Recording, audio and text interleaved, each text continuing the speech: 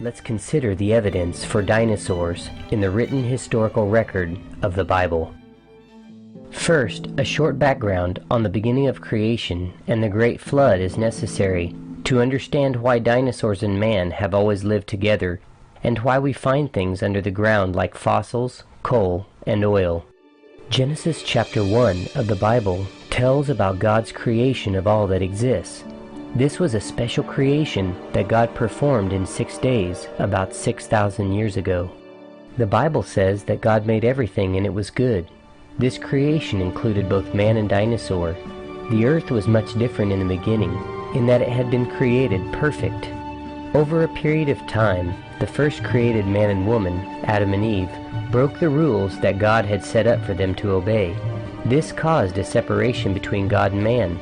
Adam and his wife were expelled from the Garden of Eden, and their once perfect bodies became subject to death, sickness, and the harsh environment outside of the perfect garden they once inhabited. Over a period of 2,000 years, the world was populated, and the moral state of mankind became very wicked, and the earth was filled with violence. In fact, the Bible says that there was only one righteous man left. His name was Noah. The Bible says that God came down to Noah and told him that all life in the world was going to be wiped out because of the wickedness of man. God gave Noah instructions for building a great boat to save himself and his family.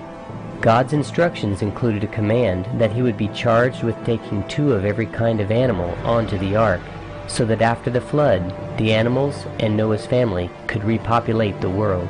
So about 4,000 years ago, God brought a flood upon the world and destroyed all life that was on the planet, except for the life that remained in the ark that God had commanded to be built.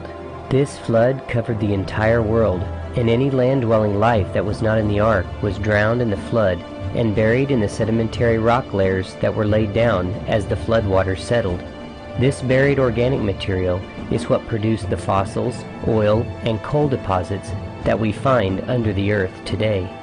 It is interesting to note that there are roughly 500 cultures that have a legend about a global worldwide flood in which only one family survived. The Bible says that after the flood, both men and animals began to repopulate the earth. As this occurred and mankind spread out across the land, the animals, including the dinosaurs that Noah had taken on the ark, began to repopulate and migrate out as well. As described previously, the historical record is filled with stories of men hunting dragons, fiery serpents, and other large reptile-like creatures.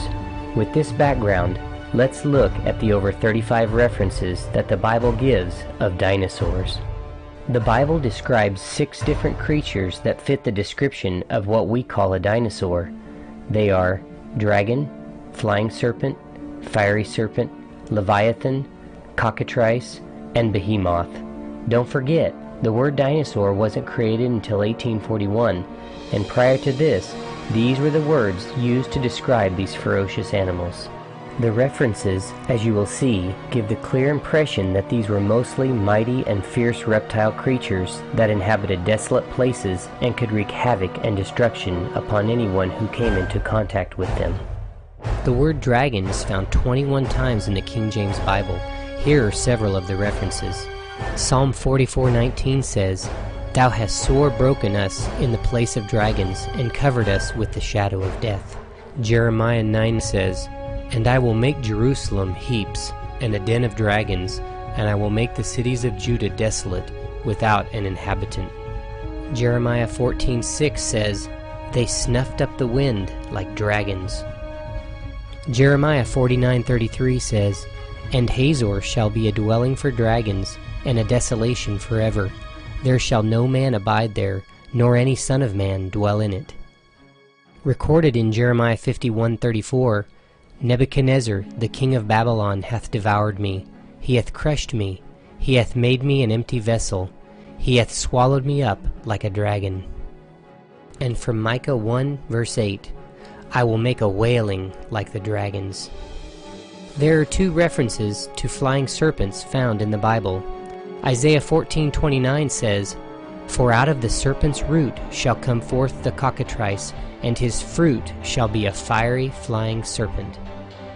And Isaiah 30 verse 6 says, "The burden of beasts of the south into the land of trouble and anguish, from whence come the young and old lion, the viper, and the fiery flying serpent.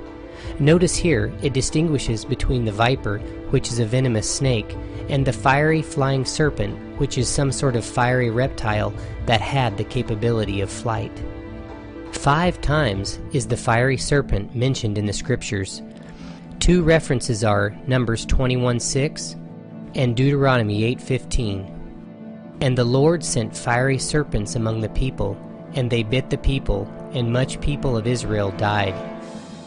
Who led thee through the great and terrible wilderness, wherein were fiery serpents, and scorpions, and drought, and where there was no water. Leviathan, which is mentioned 4 times in the Bible, seems to be a very large and fierce creature, which was probably water-dwelling. Job 41 says this about Leviathan: Canst thou draw out Leviathan with an hook, or his tongue with a cord which lettest down? None is so fierce that dare stir him up. Who can open the doors of his face? His teeth are terrible round about, his scales are his pride. Out of his mouth go burning lamps, and sparks of fire leap out. Out of his nostrils goeth smoke, as out of a seething pot or cauldron. Upon the earth there is not his like.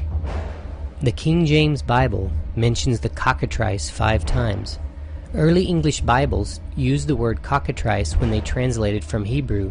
The Hebrew word for cockatrice actually meant viper or horned serpent. As with any of these rare reptile creatures, much mythology and lore developed around them over time. Here is what the Bible says about the cockatrice. Rejoice not thou, whole Palestina, because the rod of him that smote thee is broken. For out of the serpent's root shall come forth a cockatrice, and his fruit shall be a fiery flying serpent. Jeremiah 8 verse 17 says, For behold, I will send serpents, cockatrices among you, which will not be charmed, they shall bite you, saith the Lord. And the final word that we find in the Bible that gives reference to the dinosaurs is behemoth. Behemoth is mentioned only once in the Bible, in the book of Job, which was written about 3,500 years ago. The description that it gives is very detailed, and when compared to known animals, reveals some interesting results. The book of Job is about a good and just man who lost everything, including his family, his health, and all his possessions. Just about the only thing he had left was his life.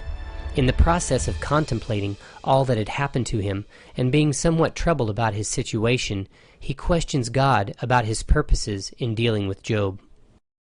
God replies to Job, and in part of his reply we find this fascinating statement.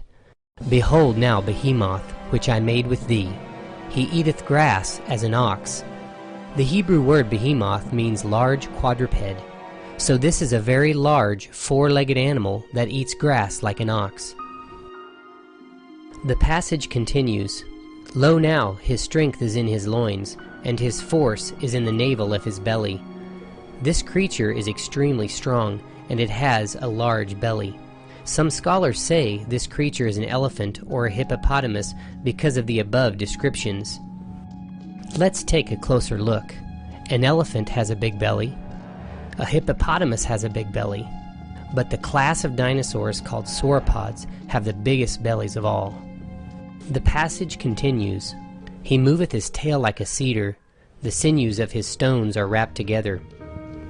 Many Bible translations say, He moveth his tail like a cedar, the sinews of his thighs are tightly knit together. Now compare. Is this like a cedar? What about this? Nope, not even close. No other animal around today has a tail like a cedar tree. This most likely was the creature that God was referring to in his encounter with Job. Now that's like a cedar. Here's the rest of the passage. His bones are as strong as brass. His bones are like bars of iron. He is the chief of the ways of God. He that made him can make his sword to approach unto him. This sounds like a very big, very tough creature, which was the chief of all God's creatures. So here we are, back to this guy. The elephant and the hippo don't even come close to being the chief of God's creatures. Reading on, it says, Surely the mountains bring him forth food.